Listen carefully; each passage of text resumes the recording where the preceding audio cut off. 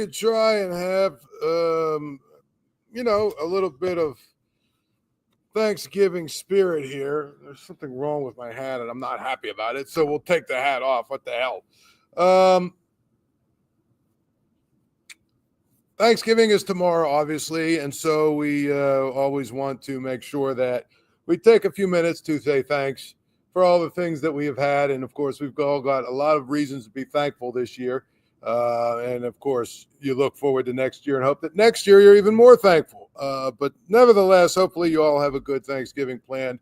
And you will be spending time with family and friends and whatever else to make sure that you are able to just enjoy a couple of days without all of the rat racing that goes on throughout the week. And, of course,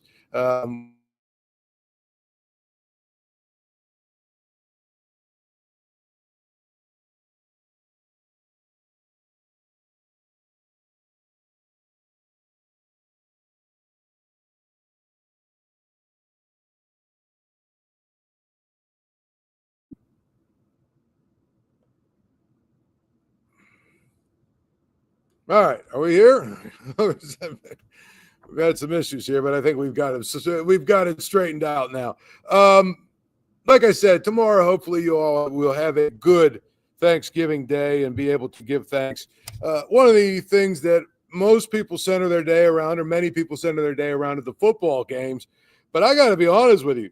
Are any of these games tomorrow even remotely interesting to you? I'm looking at the schedule for tomorrow. And I know that there's rules and laws and everything else in place that we've got to have. The Lions and the Cowboys have to play on Thanksgiving Day. But to me, I think at some point that should have been revisited. Because what we have tomorrow, they can flex out of other games. They can flex like from a 1 o'clock game if it's really good and the Sunday night game is bad. They can flex one way or the other. They should be able to flex out of these Thursday games as well.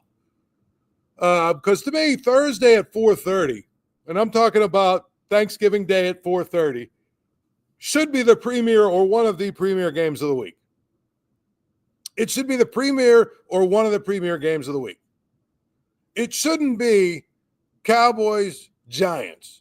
And about 3 weeks ago, when it was apparent that both the Cowboys and the Giants stink, it should have been flexed out.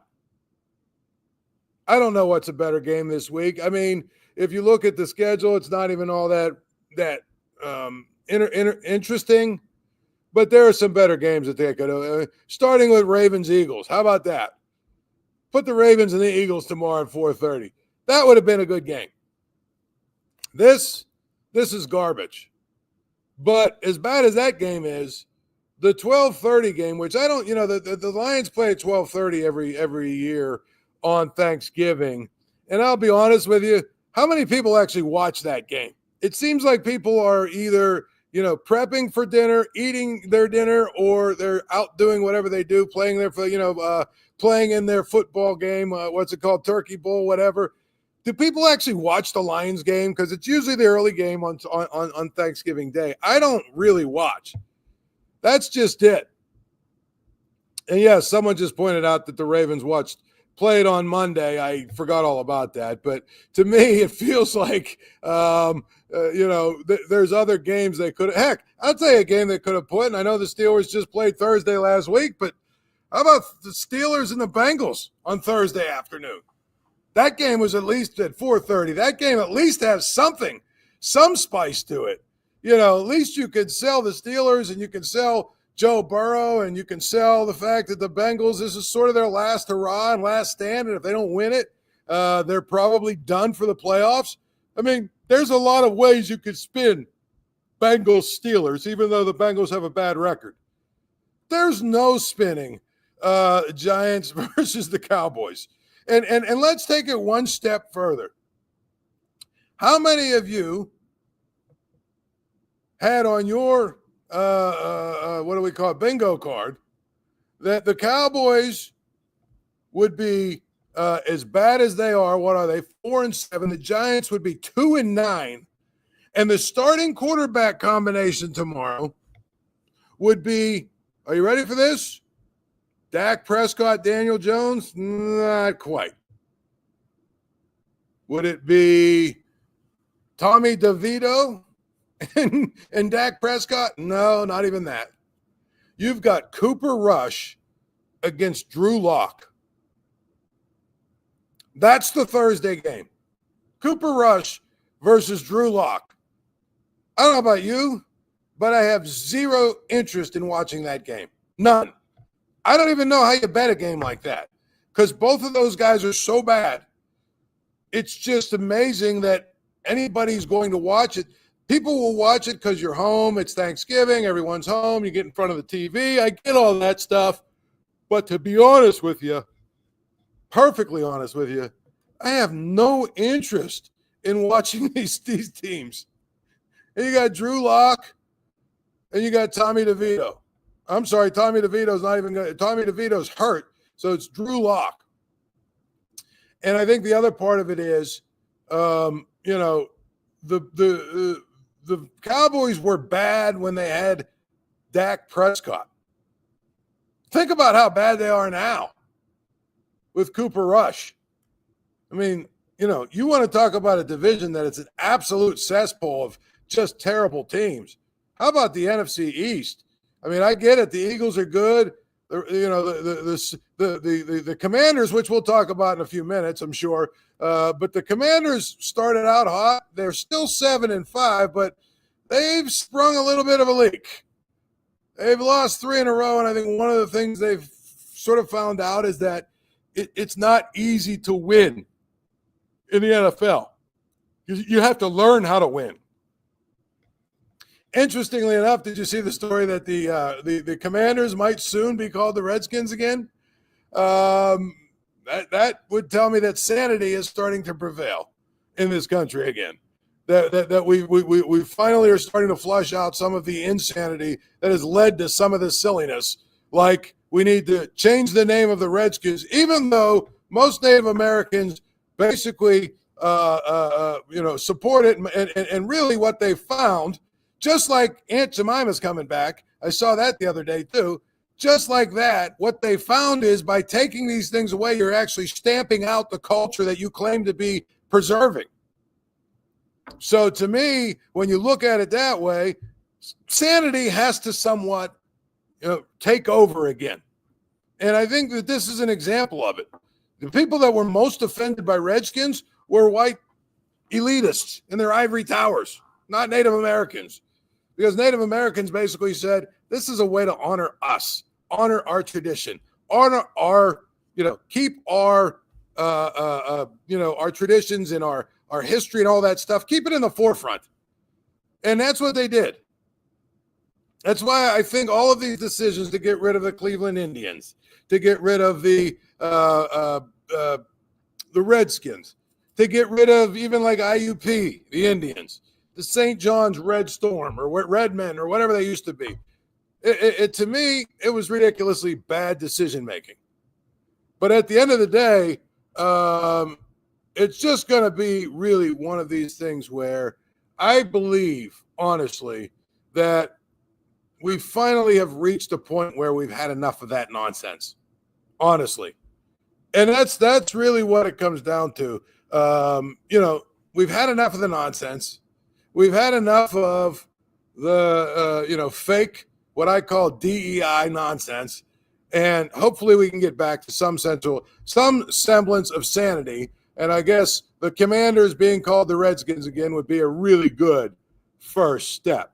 Now back to the football on Thursday. There is one game that has a little bit of intrigue.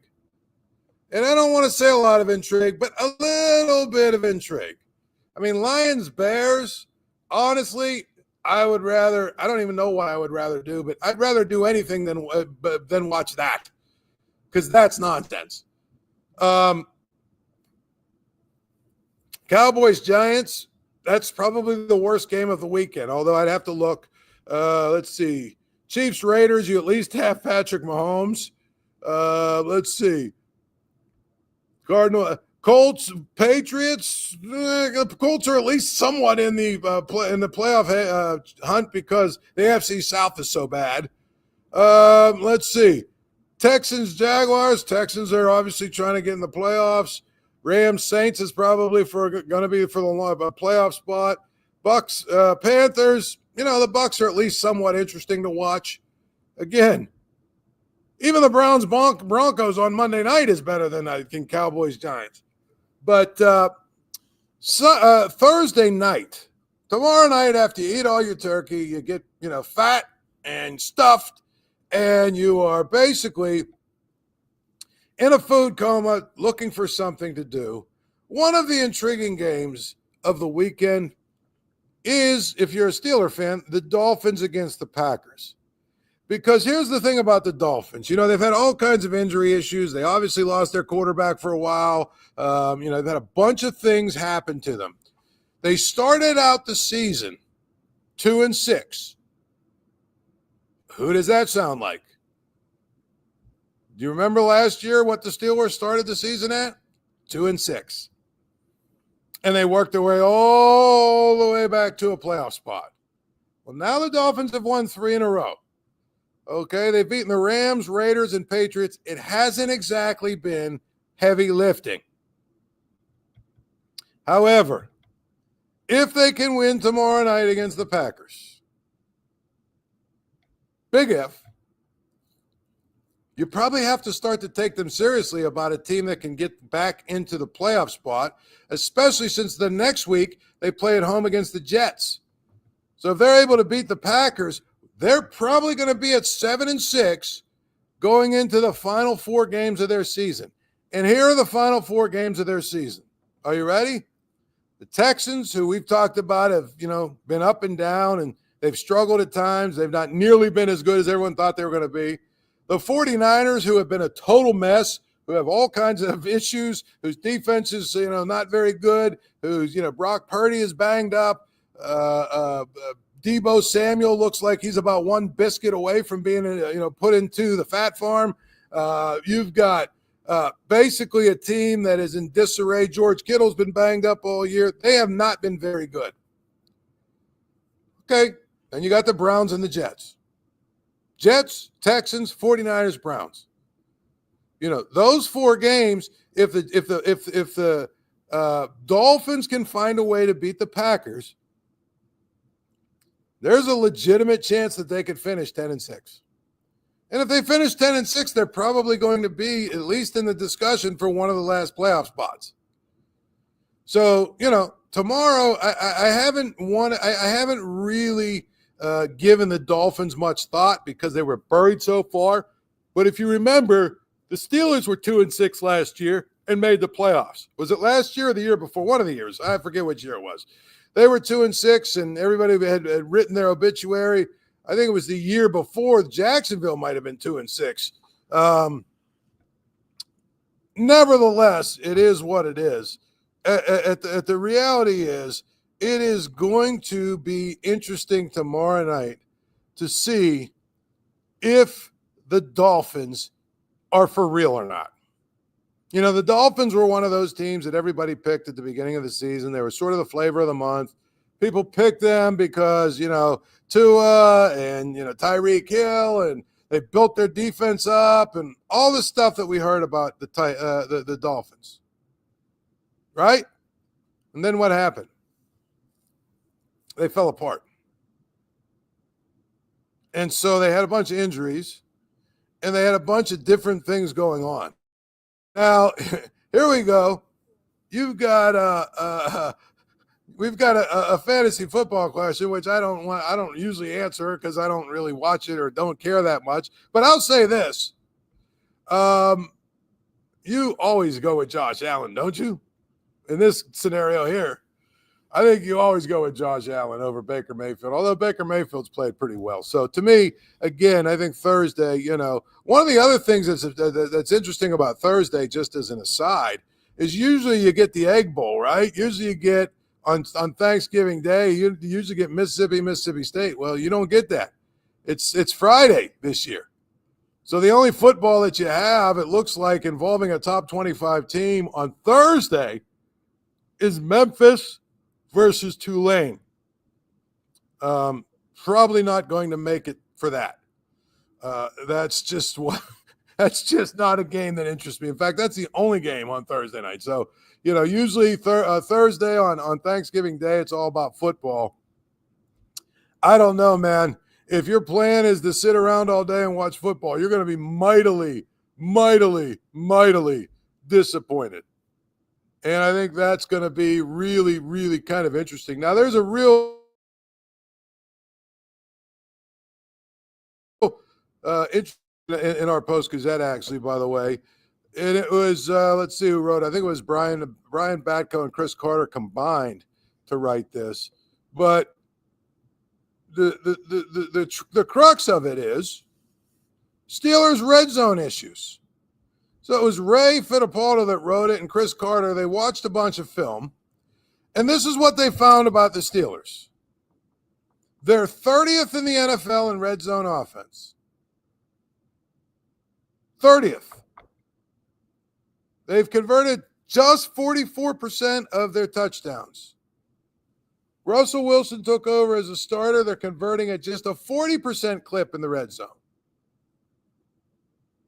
So Ray and Chris Carter dove into the film.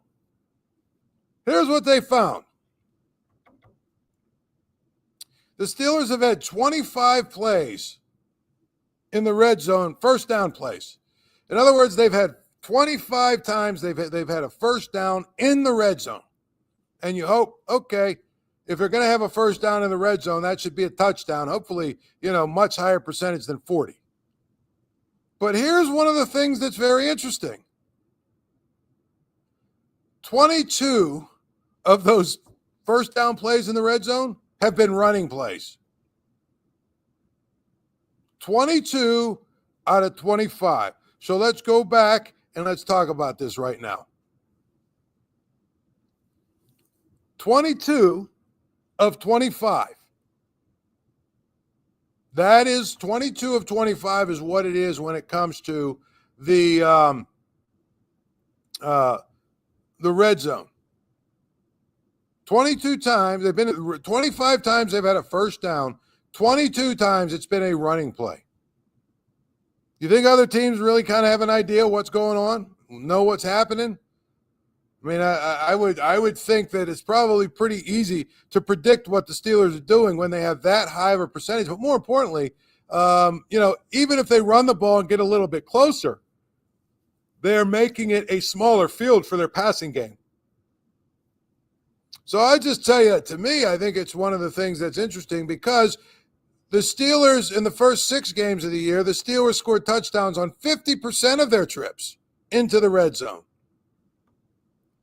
So the Steelers were 7 of 10 in the final 3 games. They were 7 of 10 inside the 20 against the Colts, Cowboys, and Raiders. Interesting also, given that Fields hasn't taken a single snap in the red zone since Wilson took over. So I just don't understand, it's pretty clear to see what's going on. It's pretty clear to see that the Steelers' problem is probably their play calling. Not their scheme, not their design, not even necessarily execution, although that probably plays into it as well. It's their play calling in the red zone. Those numbers they don't lie.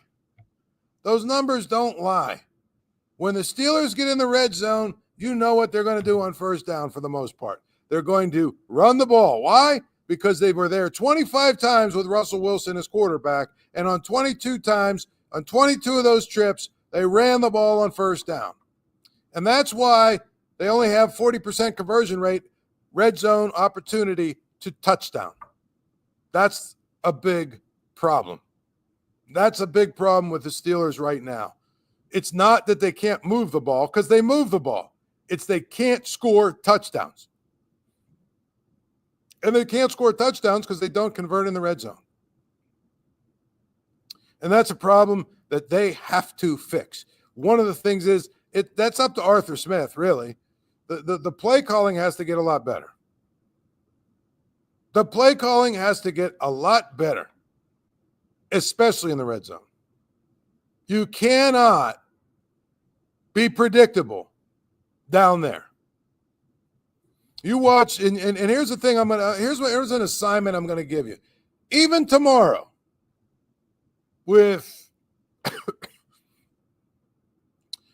let's see, three bad teams, and Miami has a losing record. So 4 out of the 6 teams playing tomorrow, I would classify as less than good. But let's tomorrow watch the games, and I'll go through the play-by-plays on Friday when I break it down on Friday. How many times they convert in the red zone? Well, that's what I'm going to. That's what I'm interested in doing and seeing. How many times do they convert when they're in the red zone?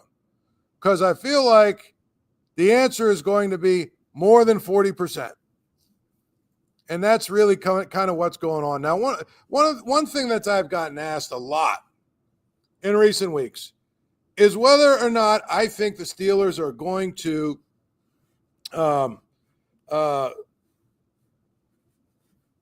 this is just okay, there we go. Whether or not I think they're going to re-sign Fields, Wilson, or both. And here's what I'll tell you. If they go on to win a playoff game with Russell Wilson starting, okay? They go on to win a playoff game with Russell Wilson starting. You have to re-sign him, don't you? You have to. I don't think there's any question that you're going to have to at least go and maybe give him like a 2-year deal. See if he'll take like a 2-year, $60 million deal, because that's really what it's going to, it's probably going to be a little bit more than that, but you might be able to get a little bit of a hometown discount because, hey, you've revived his career. You've probably prolonged it to a point where he's going to make money now for 2 more years that he might not have planned on before. Maybe you're able to get it. The question then becomes, would people say, well, what about Justin Fields? He could be your guy of the future. I'll say this. If they re-sign Russell Wilson for 2 years, Justin Fields ain't signing here. Why would he? Is he signing up to be a backup? Or is he going to go somewhere where he can really, truly compete to be a starter? I mean, he's a young guy. He's a different situation than, say, somebody who bounced around the league for 4 or 5 years. That's what's going to happen. He's going to say, I got to preserve my career. I'm still young enough and people still view me with potential. I got to go somewhere where I'm going to have an opportunity to start, because I cannot spend the next 2 years as a backup. Because if I do that, then guess what? I'm a backup. Then I have to hit lightning in a bottle, get extremely lucky, and find a place where I can be a starter. So I think it is going to be important for the Steelers to look ahead with respect to their quarterback position and what they're going to do, because if you sign Russell Wilson for 2 years, it also gives you the opportunity to draft a guy and maybe let him sit for a year and learn from Russell Wilson. But this idea that you're going to get both of them to sign again next year, I just don't know that you're going to be able to pull that off. If Russell Wilson gets hurt or down the stretch he kind of falters and doesn't play very well and the Steelers are just sort of mediocre on offense, it makes it easy. Then you probably just sign Justin Fields and go look for another quarterback. But but to me, the scenario I'm looking at is, what if he plays well? Russell Wilson, I mean. Then what? Then what? I think at that point you have to realistically look at the idea of, hey, if this is going to be the case and Russell Wilson plays well, we've got to sign him, which means we're going to lose Justin Fields. You're not getting them both. You're not keeping them both. There's no reason in the world that Justin Fields would want to sign here None. I just don't think so. And I think that really he's not going to sign to be a backup.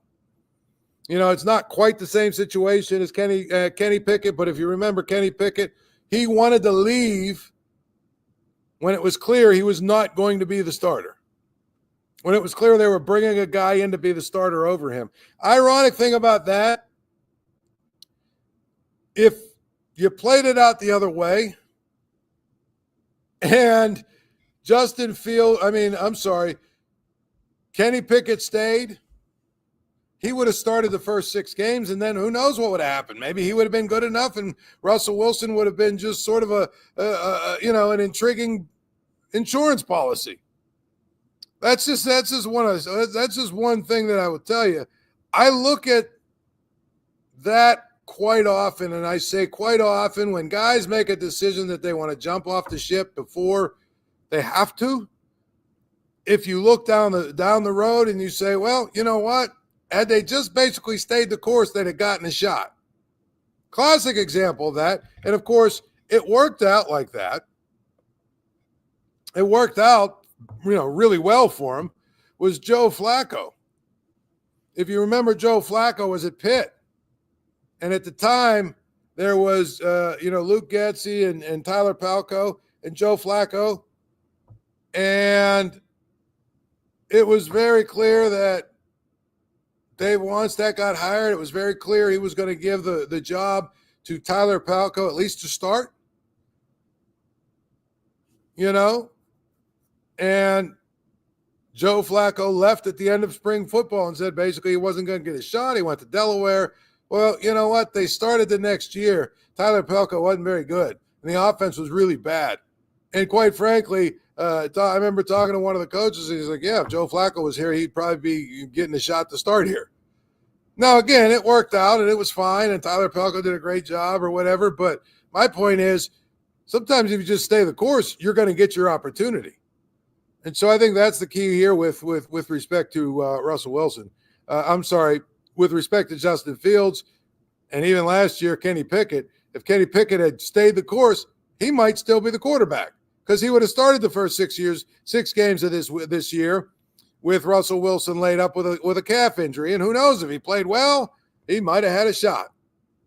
And with Justin Fields, it might be worth it if they decide to sign Russell Wilson for a 2-year deal to say, hey, I'm going to sign a 2-year deal here. Do you want to know why? Because I think my chances of becoming a starter over the next 2 years are the best here with the Steelers. Because quite frankly, as much as I love Russell Wilson, you know what? He's probably going to get hurt. He's old. There's going to be opportunities for me to start. I go somewhere else. I don't know that I'll have those opportunities. So it is clear that Justin Fields could stay and maybe become a starter. I think, by the way, the game is always on at Archie's. Get down to Archie's on Carson Street. Archie's in Southside. 80-cent wings Monday through Thursday. Home of the Paul Zeise grilled cheese sandwich. Get down to Archie's, and when you get there, tell them Paul Zeise sent you. You have a good time at Archie's on Carson Street. We love Archie's, and actually say hello to Archie too because he's a great dude. Sundays they have all of the games on from I think they open at noon until after the last game is done. Saturdays, they have all the college football action. And, of course, with the playoffs getting ready to happen, you'll want to be there at Archie's. I wanted to basically wish everybody a happy Thanksgiving, but I also want you to know that I think that it's important that you spend some time with friends, with family, and you make sure that everybody that's around you is doing well. Because there's a lot of people that have mental health issues. There's a lot of people that have depression. There's a lot of people that you might not even know are hurting. You might be one of them. And as somebody who has suffered from, as people know my story, from adult depression, my entire life, I can tell you holidays are really, really hard. Really hard at times. So my message is, if you're somebody out there and you're struggling, reach out and get some help. Reach out and let people know that you're struggling. You don't have to go through it alone. And if you're somebody that's not struggling, you know what? Ask others around you how they're doing, how they're feeling. Check in with people. That's what these holidays are about. I mean, it's the worst thing about it is if you look at suicide rates and things of the such, a lot of times it's around holidays. And it's mostly because your depression and things like that are heightened at these times. Everybody else seems to be doing well. Everybody else seems to be having fun, you know? And I can tell you, somebody, again, who's suffered from a depression my entire life, and I've battled it my entire life, and I've been, hospitalized for it and everything else. It's no joke. And there have been times when I've been sitting at Thanksgiving table. There's been times when I've been at Christmas. There have been times when I've been around many people, and it's been festive, and everyone's been having a good time, and I'm trying to put a fake smile on, but I'm really hurting inside. And there's a lot of people in that category. So hopefully what you do over this weekend is be a support to somebody else. And if you need support, reach out to somebody else. Have a happy Thanksgiving. We'll do it again Friday at 5.